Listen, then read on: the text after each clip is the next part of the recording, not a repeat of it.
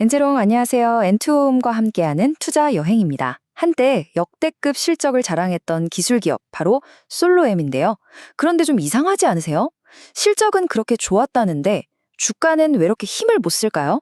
혹시 뭔가 우리가 모르는 악재가 숨어 있는 건지 아니면 바로 지금이 반등 직전의 절호의 기회인 건지 오늘 전문가님과 함께 솔로엠의 속사정을 샅샅이 파헤쳐보겠습니다.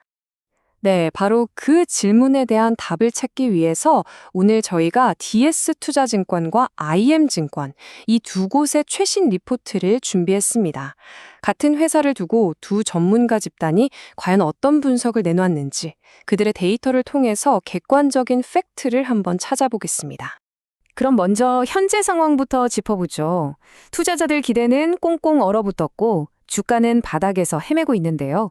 그런데 바로 이 지점에서 전문가들은 오히려 조용한 회복 신호를 보고 있다고 합니다. 전문가님, 도대체 그 신호라는 게 뭘까요?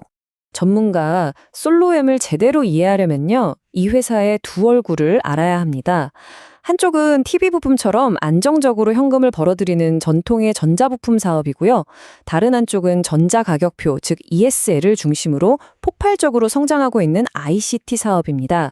바로 이 성장과 안정, 이 사이의 균형점이 현재 솔로엠 주가의 미스테리를 푸는 핵심 열쇠라고 할 수 있습니다. 네, 여기서 아주 흥미로운 지점이 나옵니다. 두 증권사 리포트가 마치 약속이라도 한 것처럼 똑같은 진단을 내리고 있거든요. 최근 실적이 실망스러웠던 건 사실이지만 이제 바닥은 찍었다는 겁니다. 최악의 구간은 지났고 이제 터널 끝에서 빛이 보이기 시작했다는 거죠. 그렇군요. 바닥을 찍었다면 이제 회복을 이끌어갈 엔진이 중요할 텐데요. 솔로엠의 반등 스토리가 쓰인다면 아마 그 주인공은 단연 이 사업이 아닐까 싶습니다. 바로 핵심 성장 동력 ESL 사업입니다. 네, ESL이라는 말이 좀 생소한 분들도 계실 텐데 아주 간단합니다. 우리가 마트에 가면 흔히 보는 그 종이 가격표 있죠? 그걸 그냥 디지털 화면으로 바꾼 거라고 생각하시면 돼요. 중앙 서버에서 가격을 바꾸면 매장에 있는 수천, 수만 개 가격표가 한 번에 싹 바뀌는 그야말로 유통업계의 게임 체인저 같은 기술입니다. 그리고 바로 이 숫자들 때문에 투자자들이 기대를 거는 겁니다. IM증권 보고서를 보면요. ESL 사업 매출이 2024년 4,460억 원에서 불과 3년 만인 2027년에는 8,710억 원까지 거의 2배 가까이 뛸 것으로 보고 있습니다. 의심의 여지가 없는 뚜렷한 우상향 그래프, 이게 바로 솔로엠의 미래 청사진이 셈이죠. 와, 정말 어마어마한 성장세네요. 아니 근데 이렇게 폭발적인 성장이 정말 가능한 건가요? 도대체 어떤 근거로 이런 장밋빛 전망을 하는 건지 궁금한데요. 전문가들은, 애널리스트들은 크게 세 가지 강력한 엔진을 꼽고 있습니다. 우선 첫째, 아직 ESL 보급률이 10%도 안 되는 거대한 북미 시장이 이제 막 열리기 시작했다는 점. 둘째, 멕시코의 새로 지은 공장이 본격적으로 돌아가면서 관세나 물류비 같은 비용 부담을 크게 덜어가는 점.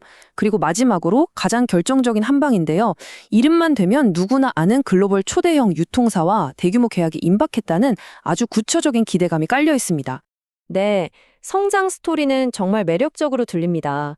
하지만 모든 투자에는 동전의 양면처럼 빛과 그림자가 함께 있잖아요.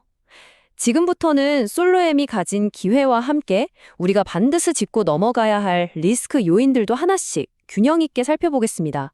맞습니다.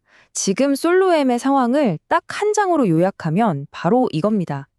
왼쪽을 보면 ESL이나 AI 서버 같은 신사업이라는 밝은 기회가 보이고요. 오른쪽을 보면 기존 TV 시장의 축소나 오늘 분석의 핵심이죠. 제대로 관리되지 않았던 비용 문제라는 어두운 그림자가 동시에 존재하고 있습니다.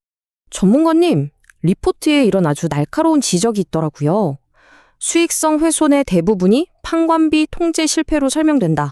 이게 정확히 무슨 뜻인가요? 네, 그게 아주 핵심을 찌르는 말인데요. 정말 쉽게 말하면 물건을 만들어서 파는 장사는 잘했는데 회사 살림을 잘 못했다는 뜻입니다. 판매비와 관리비, 줄여서 판관비라고 하죠. 이 비용이 너무 늘어나서 정작 번 돈을 다 까먹었다는 겁니다. 제품 경쟁력이 문제가 아니라 경영 관리의 문제였다는 거죠. 전문가가 이 그래프가 그 문제를 아주 정확하게 보여줍니다. 첫 번째 막대, 그러니까 제품을 팔아서 남는 마진은 괜찮습니다. 이건 물건은 잘 만들고 있다는 뜻이거든요. 그런데 문제는 두 번째 막대, 회사를 운영하는 데 드는 판관비 비율이 무려 5.3%포인트나 급증했다는 겁니다. 비유하자면 맛있는 음식을 파는 식당인데 인테리어나 홍보에 돈을 너무 많이 써서 정작 남는 게 없게 된 상황인 거죠. 결국 이 비용 관리가 수익성 악화의 진짜 범인이었던 겁니다. 자, 그럼 이제 가장 중요한 질문이 남았습니다. 이 모든 기회와 리스크를 다 감안했을 때, 그래서 앞으로 솔로엠은 어떻게 될 것으로 보는 걸까요?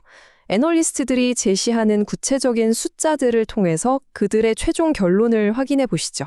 전문가 DS투자증권은 아주 뚜렷한 V자 반등을 예상하고 있습니다. 2025년에 영업이익이 500억 원대로 잠시 주춤하면서 힘든 시기를 보내겠지만 이걸 발판 삼아서 2026년에는 700억 원대로 화려하게 부활할 거라는 전망입니다. 즉, 내년의 부진은 더 큰 도약을 위한 일종의 숨고르기라고 분석하는 거죠. 엔트롱 바로 그 시나리오를 바탕으로 제시한 목표 주가가 22,000원이군요. 현재 주가보다 상당히 높은 수준의 상승 여력을 보고 있는 셈이네요. 네, 맞습니다. 그런데 더 최근에 나온 IN증권은 여기서 한 걸음 더 나아갑니다. 목표 주가를 23,000원으로 상향 조정했어요. 이게 그냥 1,000원 오른 것보다 더 큰 의미가 있습니다.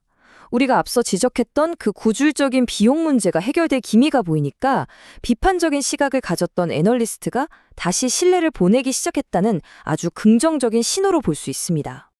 자, 오늘 긴 분석 내용을 딱 3가지 체크리스트로 정리해 드리겠습니다. 앞으로 솔로엠 투자를 고민하신다면 이 3가지만큼은 꼭 확인하셔야 합니다. 첫째, 소문만 무성했던 그 글로벌 유통사와의 계약이 실제로 공시되는지. 둘째, AI 서버 같은 신사업이 정말로 돈을 벌어오기 시작하는지. 그리고 가장 중요한 셋째, 회사가 비용을 줄이고 경영을 투명하게 바꾸려는 실질적인 노력을 보여주는지. 이 3가지가 확인될 때 비로소 주가의 본격적인 반등도 현실이 될 겁니다. 네, 오늘 두 증권사 리포트를 통해 본 것처럼 솔로엠은 분명 긴 터널의 끝자락에 서 있는 것으로 보입니다. 기회의 문은 열렸지만 그 문을 힘차게 열고 나아가는 것은 오직 회사의 실행력에 달려 있겠죠. 과연 솔로엠은 이 기회를 잡고 다시 비상할 수 있을까요? 오늘 분석을 보신 여러분의 날카로운 의견을 댓글로 자유롭게 남겨주세요. 좋아요와 구독은 저희 채널에 정말 큰 힘이 됩니다. 그리고 투자의 최종 판단은 언제나 여러분의 몫이라는 점 꼭 기억해 주세요.